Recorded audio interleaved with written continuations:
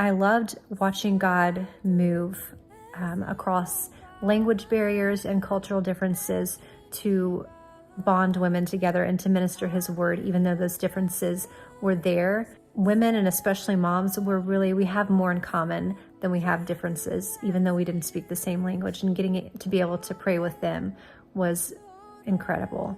And so Monica and I got to sit with this group of women and one of our precious translators and share about the woman at the well. And so we got to share about how we see a little bit of ourselves in that woman, but the hunger of these women, I think, forever impacted me. There was one woman in particular who shared about how she heard that morning someone had gone across. She lives on the other side of the river from this community.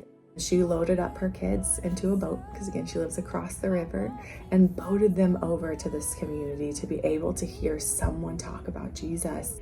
I think the thing I liked most about being down there is seeing how authentically the people worship there, just without any major PA system, just with guitars and voices, and really just worshiping God was awesome. I was concerned about what I was going to say and how to talk to people, but one of the things that God showed me was that I don't really need to talk all the time. Sometimes just having my actions can say a lot more. When we were helping them work on that generator they have in their village, I had 5 or 6 of the guys around. I hadn't hardly seen it all. Then the next day, I saw almost all of them were attending our service that we had on Wednesday before we left. We had about 26 to 27 kids in the first village we visited, and about that many in a second village that we got to visit.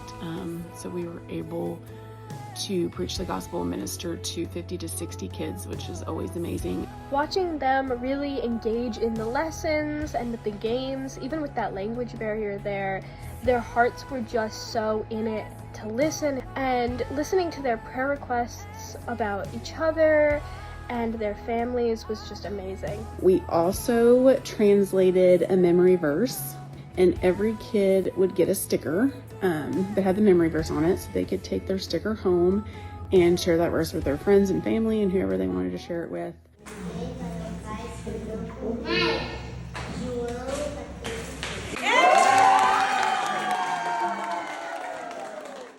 One of the translators translated an entire song so the kids could sing it in their language, and when we were heading off into small group, I heard one of the little boys singing it, and it was really cool. And so she took it upon herself to try and translate that song so that we could sing it with them in a way that they understood, and could dance along and know what the song was talking about and take it to heart.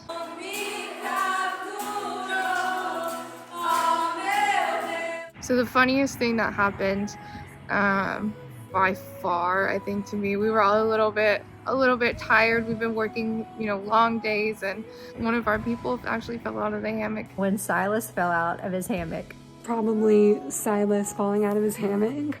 Silas, he fell right on top of Daniel. My favorite part of the trip was getting to meet the new team, and just hanging out with them, getting to know them, goofing off together, laughing together. The sense of community that I got, both on the boat and with the people in the village. My favorite part of the whole trip was watching Mary connect with the kids. It's really makes you proud as a dad to see your kids serving like that. One thing that I know for sure that I grew is being content in what I have. One of the villages we went to, they had no electricity or anything like that, and they took care of their land and saved little pieces of food that they had to grow so that they had something to eat.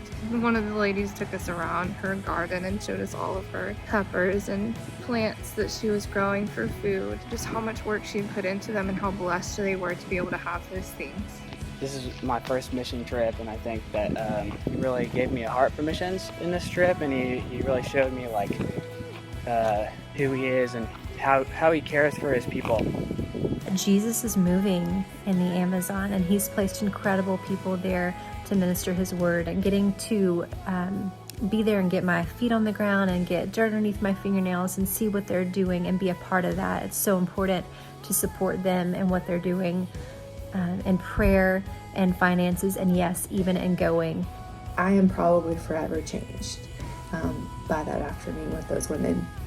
And so thank you for sending us. Again, thank you for loving us and supporting us. I learned that my heart for missions has just begun. I don't know what that looks like in the future yet, but I do know that I have a lot more things to do. Watching just an amazing group of gifted and humble people serve the Lord with the talents that he gave them was such an honor to be a part of that team. You as a church family would have been so proud of these 10 individuals. Man, they worked hard, they served, they took whatever giftings the Lord had given them and they poured it out as an offering to the Lord as worship, but also to serve this community and to see the gospel promoted in these 2 villages. Hey Catalyst Church, it's Nate Miller down here in the Amazon, and oh man, on this last trip the Lord just moved through you guys in so many different ways, but especially just the love that you had for my whole team and all of the people of Jacare Quada. You know, as you guys were running those amazing kids programming, I was able to sit and talk with a lot of the parents and just teach them about what it means to love and follow Jesus. And it's going to see a lot of growth with all of them as we continue to go back and work every single month. And I can't wait to see you all again.